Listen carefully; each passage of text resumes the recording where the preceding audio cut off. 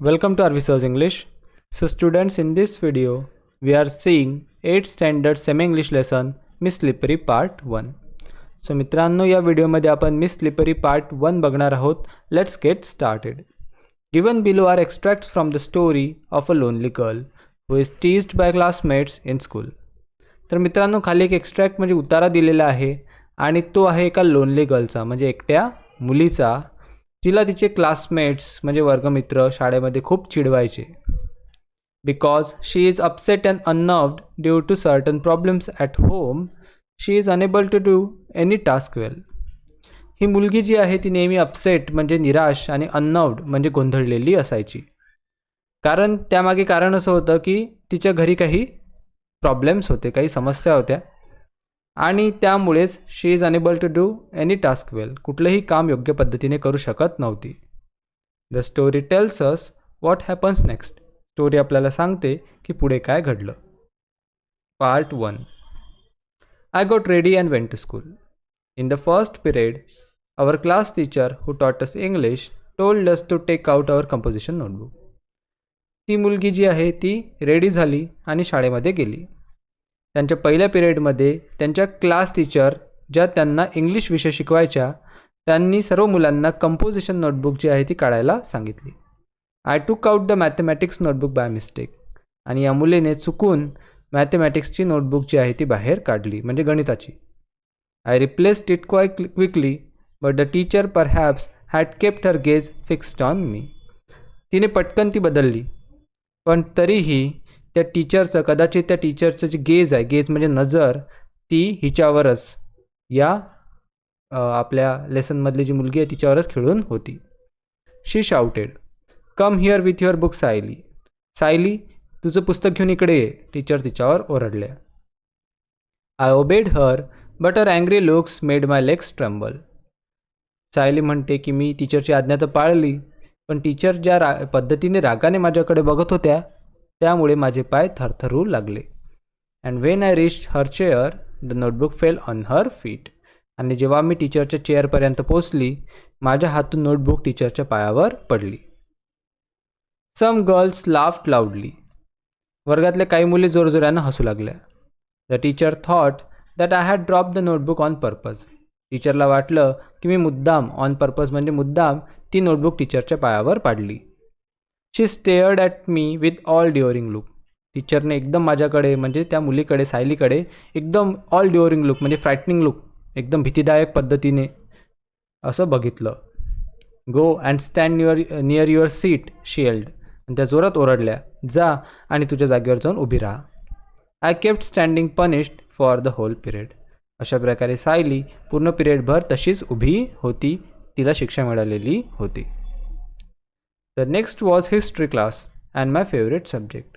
सायली म्हणते की पुढचा क्लास होता हिस्ट्रीचा आणि हिस्ट्री सायलीचा फेवरेट सब्जेक्ट होता. The teacher had asked us to memorise the causes and effects of the battle of Panipat. टीचरने सर्व मुलांना बॅटल ऑफ पानिपत म्हणजे पानिपतच्या युद्धाचे कॉजेस म्हणजे कारणं आणि इफेक्ट म्हणजे परिणाम हे पाठ करून यायला सांगितलं होतं. I was well prepared. आणि सायली जी आहे तिची योग्य प्रकारे तयारी झालेली होती, म्हणजे तिचा अभ्यास झालेला होता. She began testing all of us one by one. Teacher एक एक करून सर्वांना उत्तर विचारू लागल्या. When my turn came I went blank. पण जेव्हा सायलीची बारी आली तेव्हा सायली कम्प्लिटली ब्लँक म्हणजे सगळं काही विसरून गेली. The teacher gave me a stern stare. टीचरने सायलीकडे एकदम कडकपणे बघितलं. While I stood there still with my head hanging down in shame. आणि बिचारी सायली तिथे तशीच आपली मान खाली घालून स्तब्ध उभी राहिली. Mama and papa continued their never ending tips. So mama आणि पापा सायलीचे हे त्यांच्या नेव्हर एंडिंग टिप्स म्हणजे काय तर भांडण, क्वॅरल्स, जे कधी न संपणाऱ्या त्यांच्या कुरबुरी असायच्या, सतत चालू ठेवायचे. Papa used every opportunity to express his annoyance. तिचे वडील प्रत्येक अशी एकही संधी सोडत नव्हते ज्यावर ते अनॉयन्स म्हणजे चिडचिड, बिंग अँग्री, चिडचिडेपणा व्यक्त करणार नाहीत. Mama on her part did not allow any such occasion to slip without turning it into a vociferous quarrel. दुसरीकडे तिची आईसुद्धा ही प्रत्येक अशा सिच्युएशनचं रूपांतर, अशा ओकेजनचं रूपांतर एका वोसिफेरस क्वारलमध्ये करायची. म्हणजे काय, तर एकदम अशा भयंकर अशा भांडणामध्ये करायची. तर एकीकडे तिचे वडील प्रत्येक छोट्या छोट्या गोष्टीवर आपली चिडचिड व्यक्त करायचे आणि दुसरीकडे तिची आई त्या छोट्या छोट्या गोष्टींचं रूपांतर मोठ्या भांडणांमध्ये करायची. The quarrel was between the two, but the punishment inevitably descended on the third one, that is me at school. भांडण तर त्या दोघांमध्ये होतं, आईवडिलांमध्ये होतं, पण त्याची जी शिक्षा आहे ती इनएव्हिटेबली डिसेंडेड म्हणजे सर्टनली नक्कीच कोणावर उतरत होती, ती उतरत होती सायलीवर आणि सायलीच्या शाळेमधील परफॉर्मन्सवर. whenever wherever and whenever I heard raised voices, I felt as if Mama and Papa were quarreling. जेव्हा आणि जिथे कुठे ती जोराचा आवाज ऐकायची तिला अशी भीती वाटायची की तिचे आईवडीलच भांडण करत आहेत. Sometimes even in the midst of the silence mama's screaming came piercing through my ears. कधीकधी तर एकदम शांततेमध्ये सुद्धा अचानक तिच्या आईची स्क्रीम्स, तिच्या आईच्या ओरडण्याचा आवाज तिच्या कानांमध्ये घुमायचा, तिला ऐकू यायचा. And whenever I heard mama's high pitched येल्स my leg quivered. आणि जेव्हा कधी आपल्या आईचा जोराचा आवाज ती ऐकायची तिचे पाय थरथर करायचे, थरथर कापायचे. अशा प्रकारे सायली ही एकदमच अशी घरच्या वातावरणामुळे, घरच्या आईवडिलांच्या भांडणामुळे एकदम सहमून गेलेली होती. One day I was coming down the school stairs. Somebody from the top gave a frantic scream.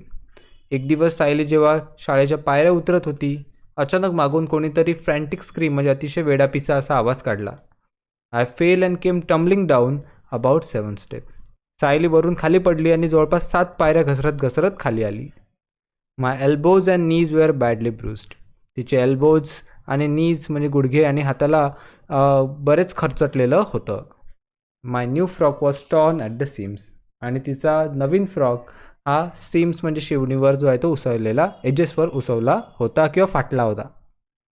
Wien I reached home mama shouted, I am sick of you. When will you stop making me pay through my nose for such extravagant losses. घरी गेल्याबरोबर तिची आई तिच्यावरच ओरडली, म्हणाली की मी तर तुला कंटाळलेली आहे, कधीपर्यंत तू आम्हाला असे न परवडणारे खर्च करायला लावशील. Mother seized me by my arm, give me a good jerk and seated me on the bed. सायलीच्या आईने सायलीला हाताला धरून पकडलं, गिव्ह अ गुड जर्क, आणि तिला एक धक्का देत सिटेड ऑन द बेड, बेडवर नेऊन बसवलं. She fetched an antiseptic lotion and applied it to my elbows and knees. तिच्या आईने अँटीसेप्टिक लोशन आणलं आणि ते तिच्या एल्बोज आणि नीजवर लावलं. But did not hug me. पण तिच्या आईने तिला जवळ घेतलं नाही. Within me lingered the yearning that she would hold me and console me. कुठेतरी सायलीच्या मनामध्ये ही गोष्ट रेंगाळत राहिली की तिची आई तिला जवळ घेईल, तिला कन्सोल करेल. कन्सोल म्हणजे कम्फर्ट, तिला समजून सांगेल, तिला प्रेमाने जवळ घेईल. Even if she had given me just a sympathetic pat, my smarting limbs would have been soothed. जरी तिच्या आईने तिच्या पाठीवरून प्रेमाने हात फिरवला असता तरीही तिचे जे दुखऱ्या जखमा होत्या त्या बऱ्या झाल्या असत्या, असं सायली म्हणते. पण यातलं तिच्या आईने काहीही केलं नाही. My younger brother was close by. As mama walked away to the kitchen, he came and sat beside me. सायलीचा छोटा भाऊ जवळच होता. जशी त्याची आई किचनमध्ये निघून गेली, तो आला आणि सायलीच्या बाजूला येऊन बसला. ही placed his little hand on my arm and whispered. त्याने आपला छोटासा हात सायलीच्या हातावर ठेवला आणि हळूच कुजबुजत तो म्हणाला, are you in great pain. तुला खूप त्रास होत आहे का? I hugged him tight and started crying again. सायलीने त्याला जोरात मिठी मारली आणि अजून परत पुन्हा एकदा रडायला लागली. I use to walk quite cautiously yet I would often stumble. Sayali म्हणते की मी खूप काळजीपूर्वक चालायची, नेहमीच खूप काळजीपूर्वक चालायचा प्रयत्न करायची, पण तरीही धडपडायची. One day the class monitress announced. मग एक दिवस क्लासची जी मॉनिट्रेस होती तिने अनाऊन्स केलं, we will call her slippery. आजपासून आपण हिला स्लिपरी म्हणजे घसरडी असं म्हणत जाऊ. Other slip on wet ground, Sayali manages to slip even on dry land.